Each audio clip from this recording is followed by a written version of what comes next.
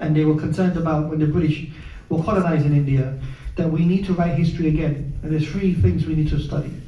One is the seerah, because new generations will ask different questions about Rasulullah and why he is central and important to them.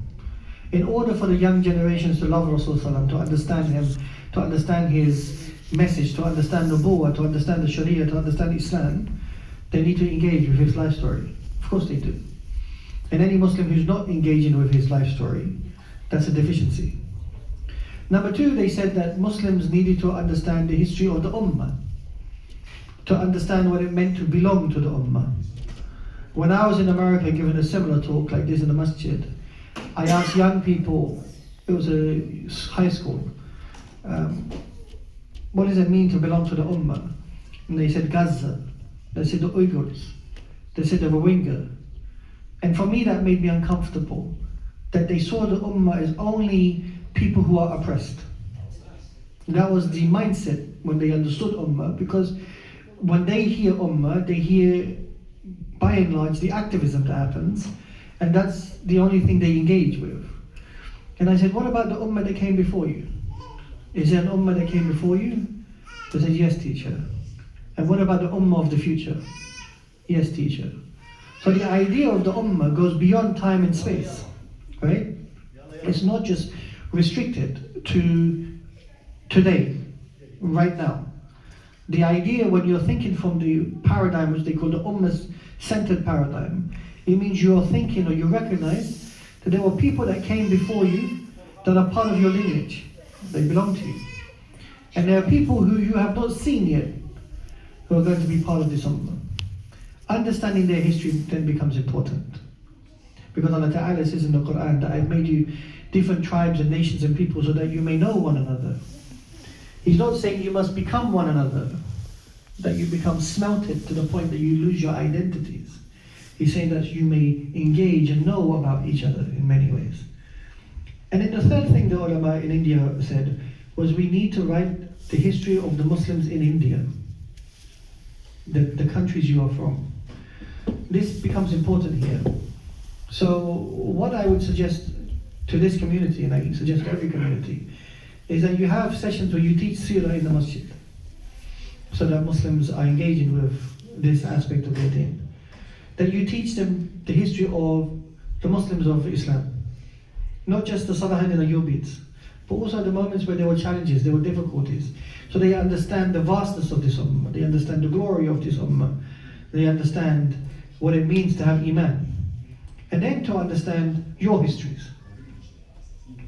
Your histories from, if you're from Bosnia, Albania, or from Palestine, to your histories of the fact that you are Muslims in Sweden and in Lund. So that your children may understand, the next generation may understand what it means to belong. And these are important things. Now what I'm going to do though, is then explain to you that history writing is then a serious endeavor. And this is a university city, so we should have access to resources in this city, where we should be encouraging people to do in history. My mother, may Allah Ta'ala be pleased with her, when I said I want to be a historian, she said, who's going to pay you to think? Get a proper job. Right? And this is why so many Muslims go into the STEM subjects. But right now, with the current situation in Gaza and then what's happening in Iran and the region, now's the time where we need people who know how to think. Not everybody in the Ummah is privileged enough to be able to go to university and so forth. But as a community, we should be creating environments where we can encourage some of these young people to study the intellectual vocations so that they can think. And I often encourage, the reason why I'm explaining this to you is that if a young boy or girl comes to you in this community and can't afford it, then we do a collection for them, just like we do collections for mosque projects and for water wells and so forth, to put them into the universities so that they become thinkers for this Ummah. Because Hussein will tell you this, he and I both know this. Being part of the Muslim community and going into these intellectual spaces, it's not easy, it's privilege. It's privilege. We're not supposed to be there. We're not supposed to be in those spaces. But we need it. We need people now who can diagnose their reality and so forth. We need people who can think within the political framework. We need people who can think within the intellectual framework, within the historical framework. This is why I went into history, because I wanted to be that type of thinker. Now, one of the interesting things about history and why it's important is Muhammad Iqbal, the thinker from the Asian subcontinent, philosopher and so forth. He says in the Quran there are 3 ayats, or ayats in the Quran, 3. He says number 1, the ayats themselves. And he says that they are signs. The word ayah means sign. We translate it as verse, but in actuality it's a sign from Allah Ta'ala. So each ayah can stand independent, right? And if it's a sign from Allah Ta'ala, that means each ayah you must reflect and contemplate over it. So when you read Alhamdulillahi Rabbil Alameen, you should think, what does that mean? These are not just words we're saying, right? And each ayah does not contradict the ayah that came before, and doesn't contradict the ayah that comes after. It's unique in this way. So Iqbal said these are something that Allah Ta'ala has told us to think about. Yes, the Quran is an easy book, but the Quran is also a difficult book, because it's challenging the way you think. He said the second ayahs you see in the Quran are the rules of nature or the cosmos, that Allah Ta'ala continuously explains to us scientific explanations about the rules of the cosmos. The things about the sun, the moon, mountains, about the planets, about the night, the day, and so on. He said that Muslims have engaged quite extensively regarding the scientific explanations in the Quran. What's unique about the rules of the cosmos is Iqbal said that the Quran was not in contradiction to the reality of the cosmos. For in actuality, the Quran came to conform, show you conformity of the cosmos.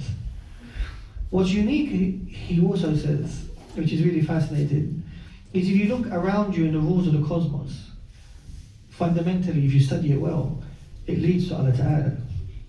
You can't escape them. Then he said finally, the last ayats in the Quran is the ayats of history. That Allah Ta'ala in the Quran mentions historical moments in it. Why? Why would he do that? Well, why does he mention about Nuh alayhi salam, and Lut alayhi salam, and Musa alayhi salam? The Quran so often is a biography. I used to say this to my students, that the Quran is your first seerah book. Okay, it's a biography of the life of Rasul, because each surah, each ayah has come from Rasul. And I remember when I was in Egypt that there was some of the ulama, and when I lived in Syria, one of them, he was teaching the seerah from the order of wahi. The order of revelation, he was teaching seerah in accordance to that. So you understood the seerah and you understood the Quran at the same time. It's a very beautiful way of doing it. Now the rules of history are important because once again, insan is in conformity with history. Now the way that we're writing history right now, the question is the issue is that when you want to learn something about the past, why is it important? Why is the Ottoman Empire important? Why is it that the Ottomans banned coffee important? People ask me these questions all the time, and I tell them, I said, when you're doing history, one of the significant things about history is you're not actually asking about the past, you're asking about now. That's what you're asking. There's a sensation or a deficiency or struggle you have now, and then you said, in the past, how did they do that? Why did they do it like this? What about the Mughals? What about the Mongol invasion? The reason why I'm explaining this to you is because there's a lot of YouTube videos right now that teach you history, but what's the point? What's the point of the information? What's the point of understanding about the Mongol invasion? What's the point? What's the point reading about the Crusades? There has to be a reason why you need to know this history. This is another job of the historian, because insan forgets. Ins, the idea of insan in itself, is the one who forgets. And this is why we do azkar, we do zikr of Allah Ta'ala all the time, because ironically, if we didn't do that, we would even forget that. we would forget that so quickly. This is why we pray 5 times a day. The idea is that we do not forget that Allah Ta'ala is constantly. And when we look at the world around us, when you look at some of the crimes that people are committing, have you forgotten that Allah Ta'ala created you? That's how quickly people can forget. Tonight they're praying Tarawih, Tahajjud in the morning, they can forget. Many of the ulama, they used to say, when somebody does an act of haram, at that moment they have forgotten Allah Ta'ala. They forgot. This is important in that sense, and understanding that. So we as historians, what we're trying to do is we're trying to bring you in conformity with that. Now Iqbal said another interesting thing. He said the rules of the cosmos and the rules of the Quran do not contradict the rules of the human experience. That insan is part of the rules of the cosmos. That when Allah Ta'ala created insan, that they are not independent from the rules of the cosmos. They submit to it. In that sense, everything submits to Allah. Everything does. And insan is no different. The only exception for insan that makes them unique than the stars, the sun, the moon, the mountains, is they have free will. That Allah gave them the ability to choose what's right and wrong. And as a result of that, that is why we became more elevated than the angels. Because we have the ability to choose, and we choose to worship. But everything else, we're not in control of it. Now the reason why this is important, and I'm trying to explain this to you, is because when we write history from a Western academic lens, we don't write it within the context of an Iman-orientated way of writing. And I think one of the things I'm trying to encourage more Muslims is to understand what an Iman-orientated way of writing history is. That when we're writing history, that it should elevate our Iman. But in order to understand that, we need to understand what it means to be human right now. We historians write about time. And the way that Western historians write about time is straight line. But it's not a straight line like this, it's a line like this, progress. We're continuously progressing, so we're going forward. But while we are progressing, the past becomes irrelevant. Because we are better than the people that came before, is the mindset. Now, what you actually see in the notion of progress is you become dislocated from the past. You don't have an imagination of the future. It's a continual present. It's the now. That's it. What's happening today. And so what insan becomes is a unit in which they only understand themselves in units of the present, today. What do I need to do today? And that's it. Now what history does, technically, it should explode that out. So, in Islam, time is not linear. It's cyclical. It's a cycle. This is important to understand this. Because from Allah Ta'ala we came, and to Allah Ta'ala we return. It's a cycle.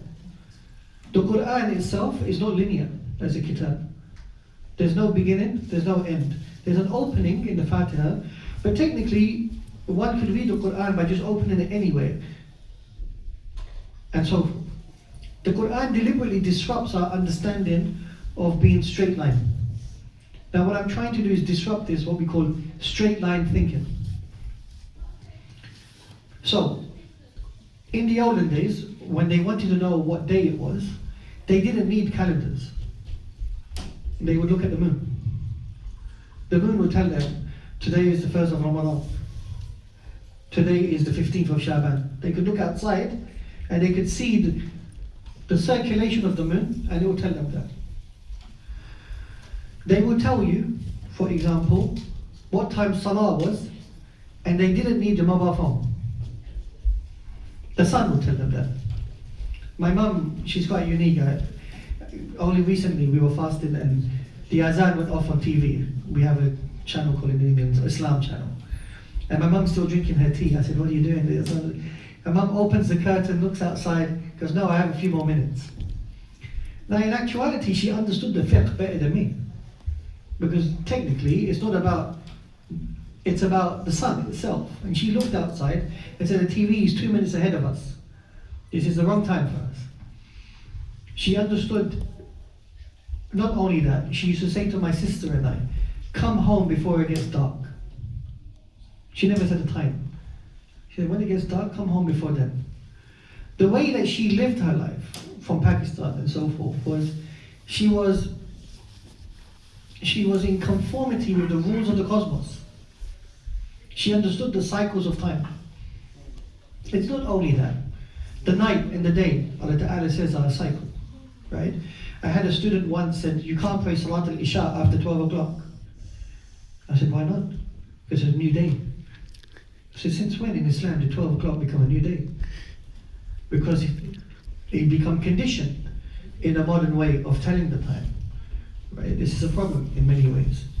Now, I'm telling you about this linear thinking because it sounds strange. In the Ottoman Empire, when the clocks came, in the 19th century in the Muslim world, when the clocks came, it didn't only change the way we told the time, it changed our perception of time. Before, you would say to someone, I'll meet you after Salat al-Asr. There was a malleability. Allah Ta'ala, He gives you room for Salah. But after the Industrial Revolution, the clock came, I'll meet you at 9 o'clock, on the dot. You finish work at 5, on the dot. Your life became a set of units. Now in the Ottoman Empire, what's interesting is they had the muezzin. What's the job of the muezzin? To tell you the time. That's what he's doing. The name of Salah is not the name of Salah, it's the name of time actually. Salat al-Fajr, Fajr is the time in the morning. Maghrib is the time. Those names are of time itself. And the muezzin is telling you what time of the day it is.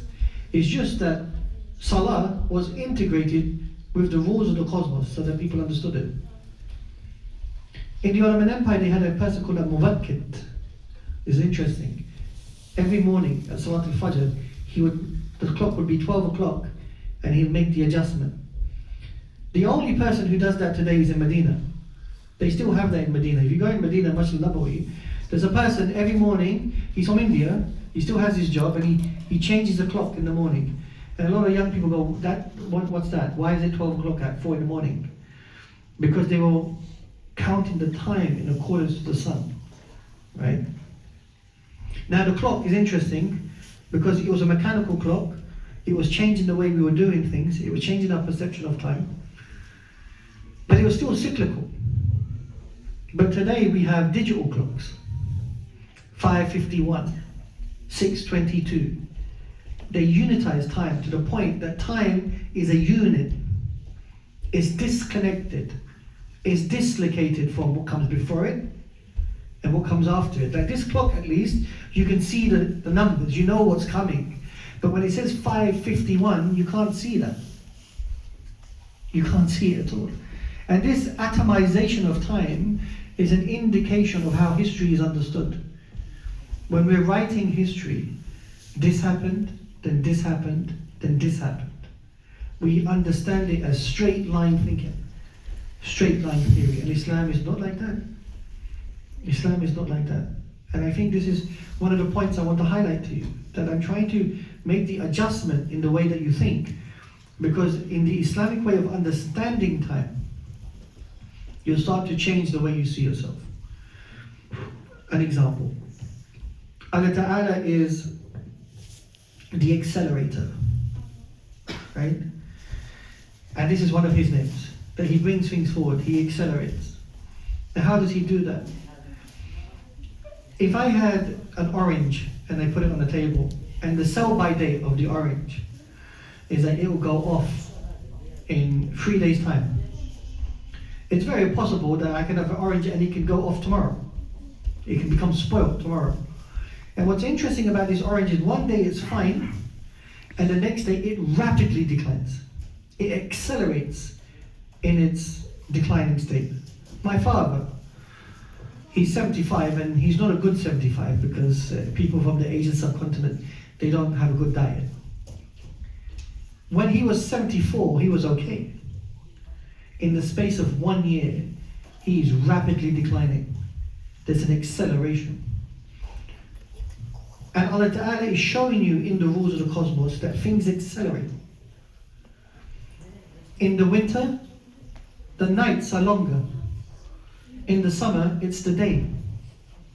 When you move away from unitary way of looking at time and you look at time in different perspectives, you start to understand things very differently.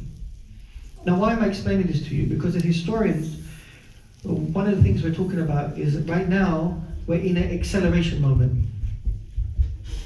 Post-Gaza, there's an acceleration.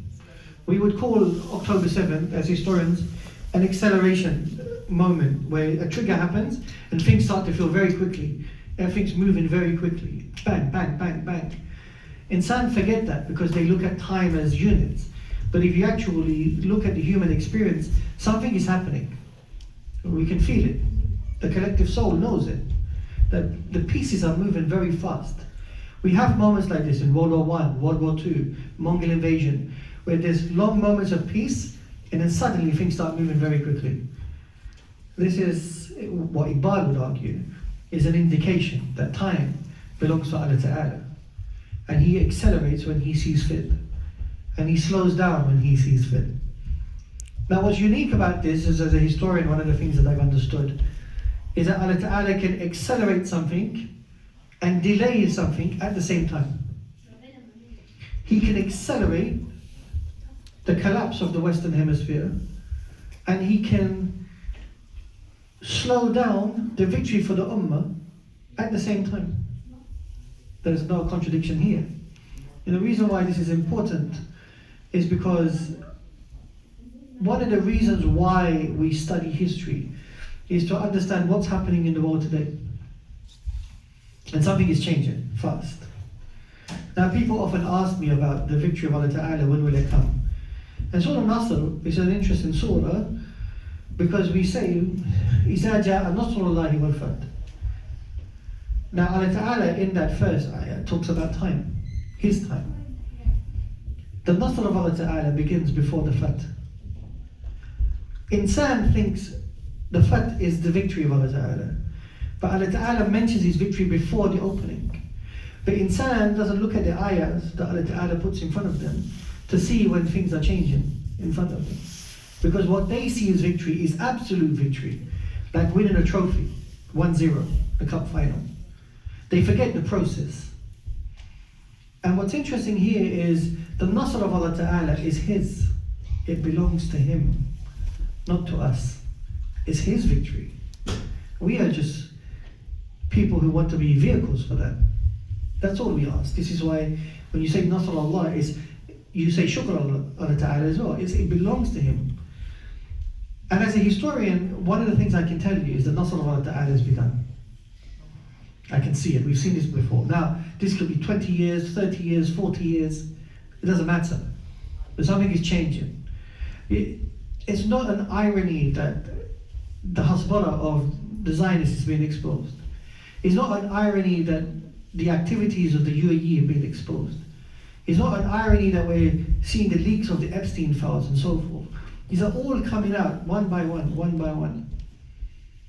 Now, why is this important? Because when we do history, it's not just about the past. It's not just about the present. It's about the future.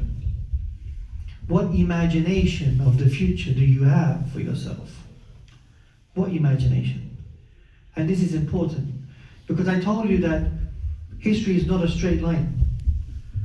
If it's not a straight line, that means there are multiple possibilities of what the future could be like. Because in the narrative of straight line thinking, you're only given one possibility of what the future could be like.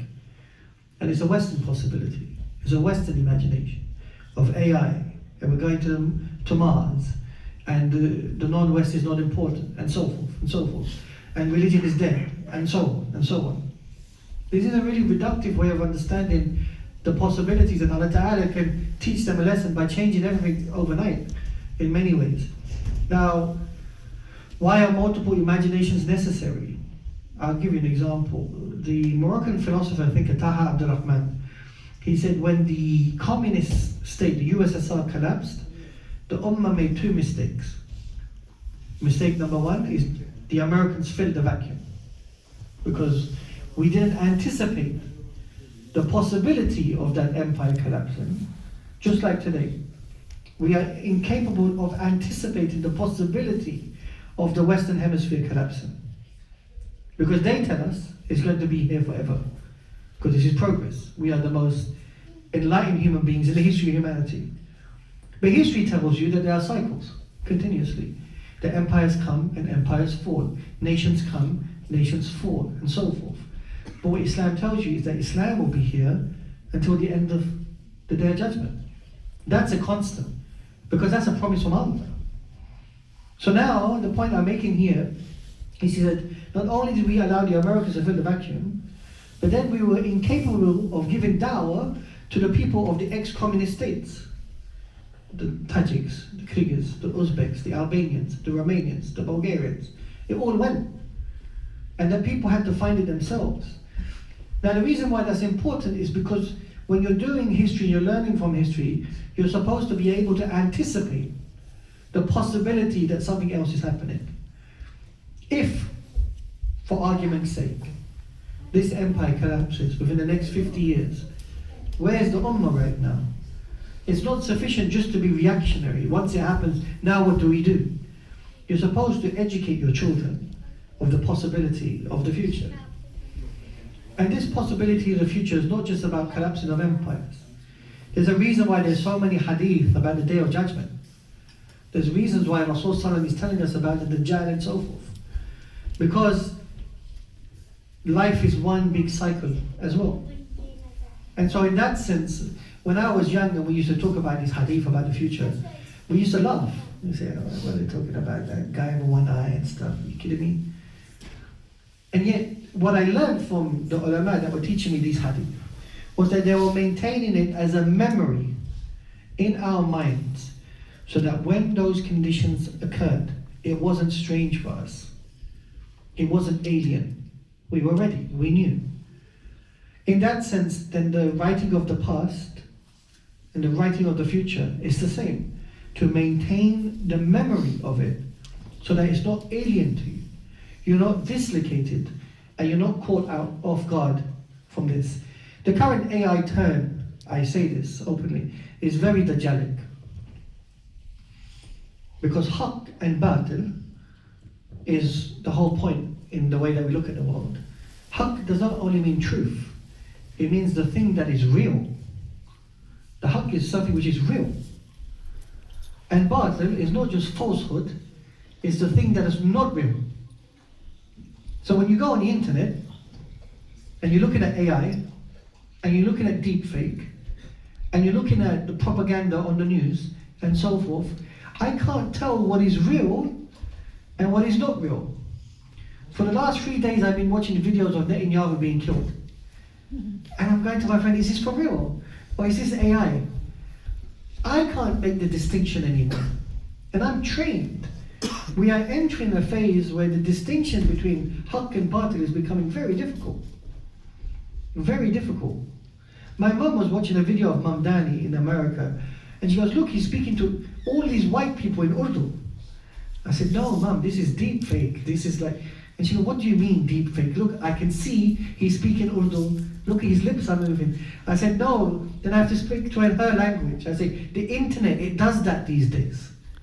She goes, what do you mean the internet does that? I said, they've learned. They've got these computers, they can do that. It's batil, in many ways. Why this is important is because those of us who were historians, when we did history about the Ummah, our job was to do haqq and batil, to make sure that what we wrote was true and what we wrote was real. For example, Ibn Khaldun used to argue that sometimes the ulama, they wrote history that was devoid of reality. They'll say 10,000 people fought in this war, and you say it was impossible to have 10,000 people in that space.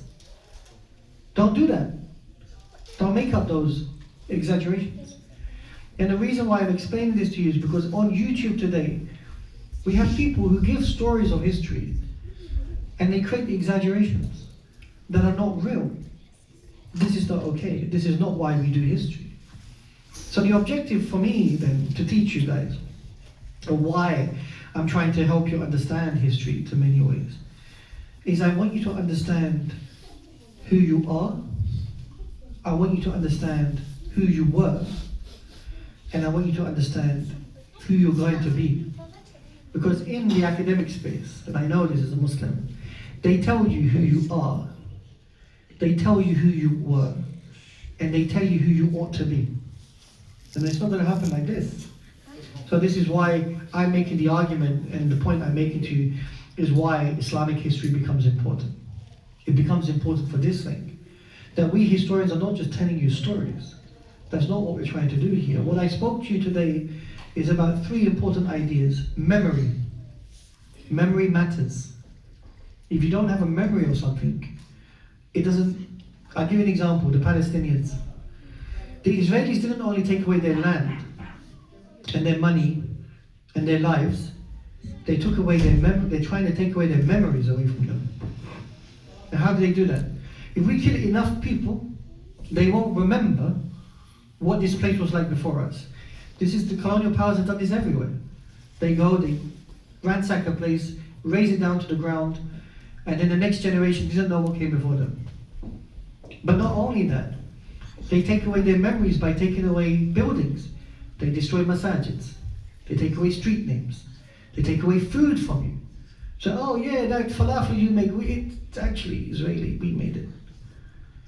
They start eradicating things from your memory to the point that you become dislocated from the past. Now what's unique about the Palestinian question, alhamdulillah, is that it's attached to the Islamic question. So we can still maintain the memory of what's happening, collectively. We can still uphold that. The second thing I said was about time. That we need to change the way we understand time. And the third thing is about, and the reason why I'm saying we need to understand about time is because I had somebody from my political movement once come to me. He goes, yes, Dr. Yaqub, you talk about time, but Allah Ta'ala says the victory is very close. I said, what you think is close and what Allah thinks is close are 2 different things. We are very impatient. We want victory now. But what have we done for that victory? For Allah Ta'ala, 1,000 years is like this. That's still victory is qareeb to Him. But for us, you want it tomorrow. And this is why in the Quran, Allah Ta'ala continuously reminds us of having sabr. Because it's one of the hardest things for insan. But this is important. I'm not saying we shouldn't be doing the activity. But I'm saying to you that it's very possible that this activity could be generational. And this is why I teach my students, and when I come to the masjids, you should have a 3-generational plan. Your vision should be 3-generational. Sahaba, Tabi'in, Tabi'in. Grandfather, father, son. There's a connection between these.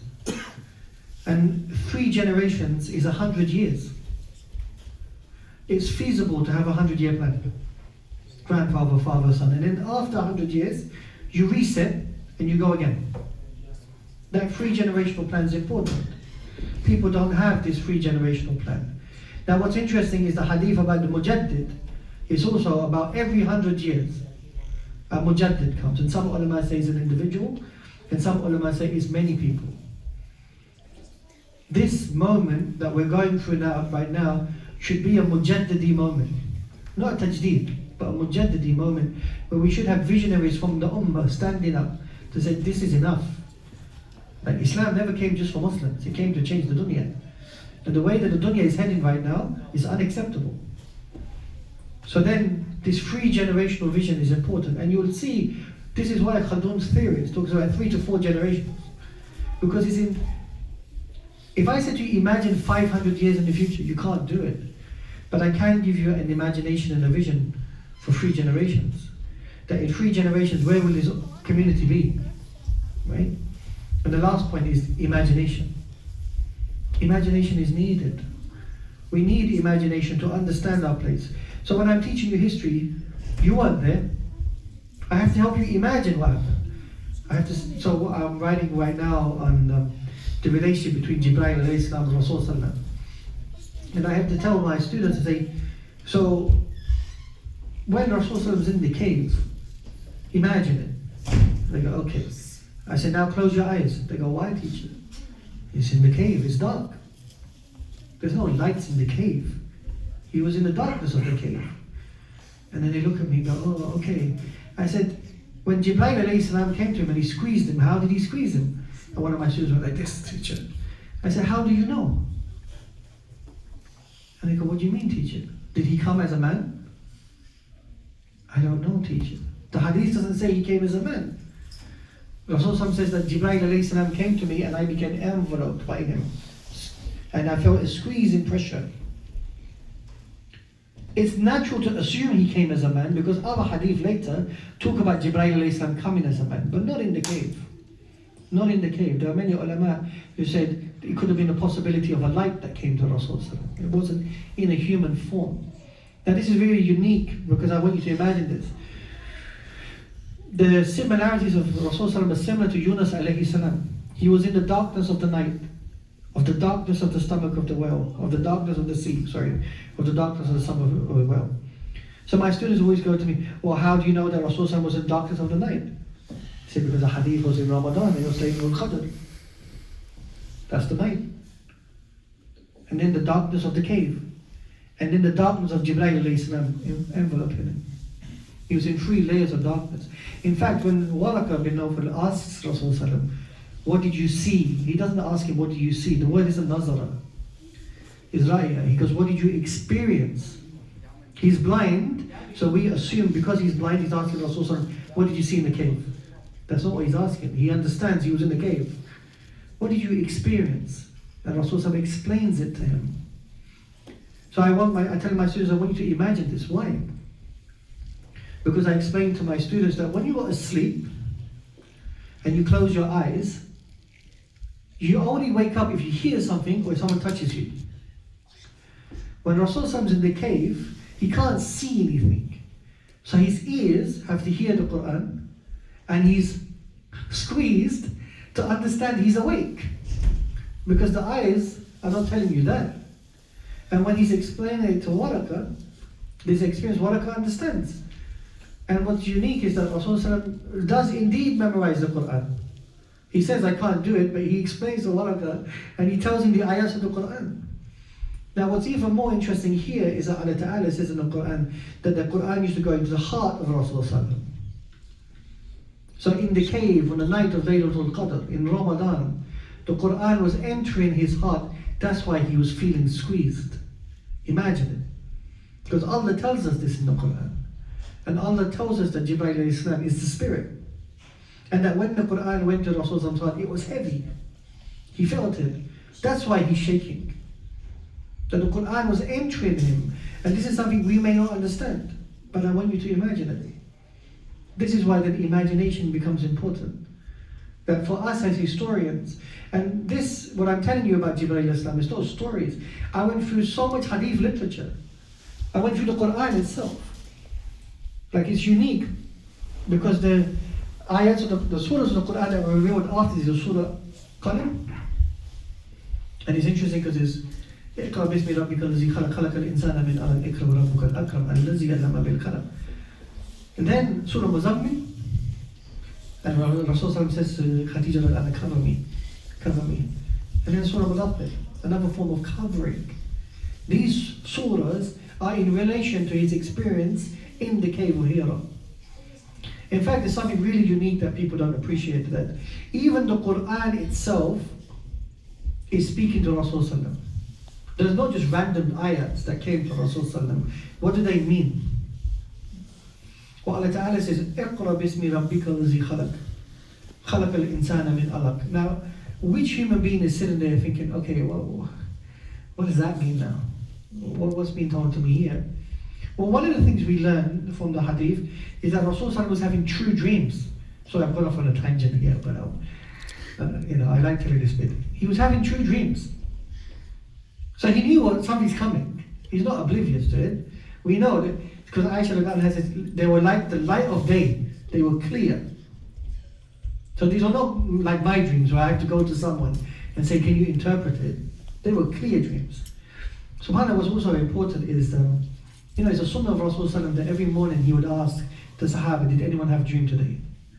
We don't do this sunnah anymore, unfortunately. But this was something he did every day. And anyway, so I write down my dreams, as weird as they are, still today.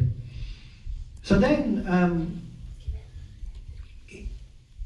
what Allah is telling him probably is what Rasulullah is contemplating about. He's in the cave in Ramadan. You could call it an etikaf, away from his family, from the madness of Makkah, but he can still see the Kaaba from the cave.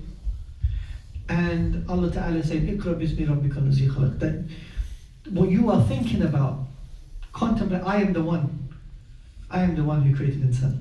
It's me. And then he said, Iqra wa rabbuka al-akram allazi allama bil qalam. Now why is this important? And I'm going to go very quickly. Because Allah is telling Rasulullah that I created you the most blessed of people, insan. I created you in the most humblest form, but it's the most blessed form. When you're in the womb of your mother. Now why is this important? Because some ulama, they say the cave is like being in the womb of your mother. Now this is unique here, because there are many hadith that talk about when the child is in the womb of the mother, there's an angel with them in the womb of the mother.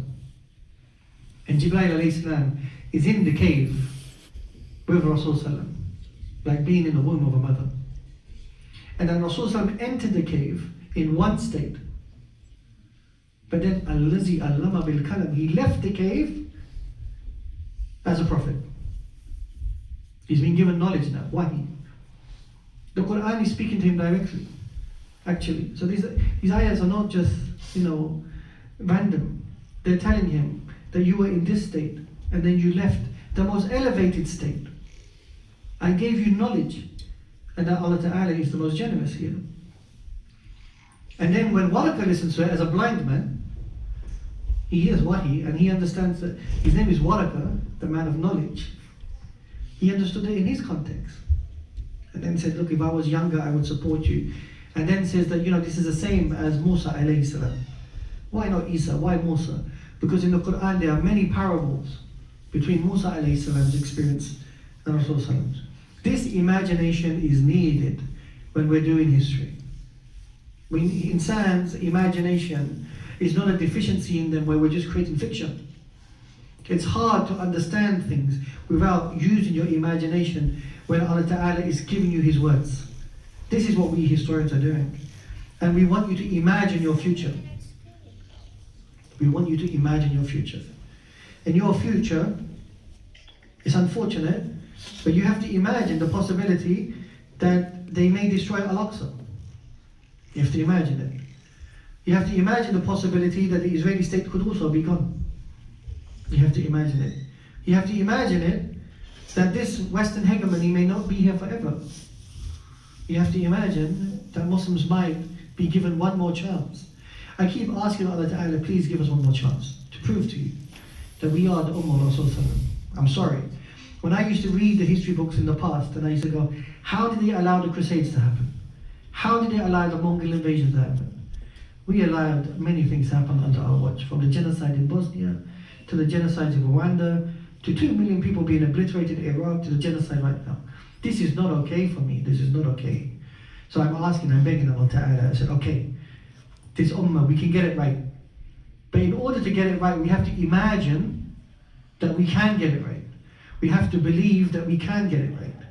This is why imagination becomes important. So for me, and this will be my last point, what I'm trying to teach you guys is I'm trying to give you that the importance of a historical consciousness is not just about dates, facts, numbers. The idea of being a historian is to give you the understanding of having a consciousness in the way that you think. And that we used to do this. This is part of our tradition. So when people ask me, why are you bringing this on the table right now? I said, I'm not trying to Islamize history.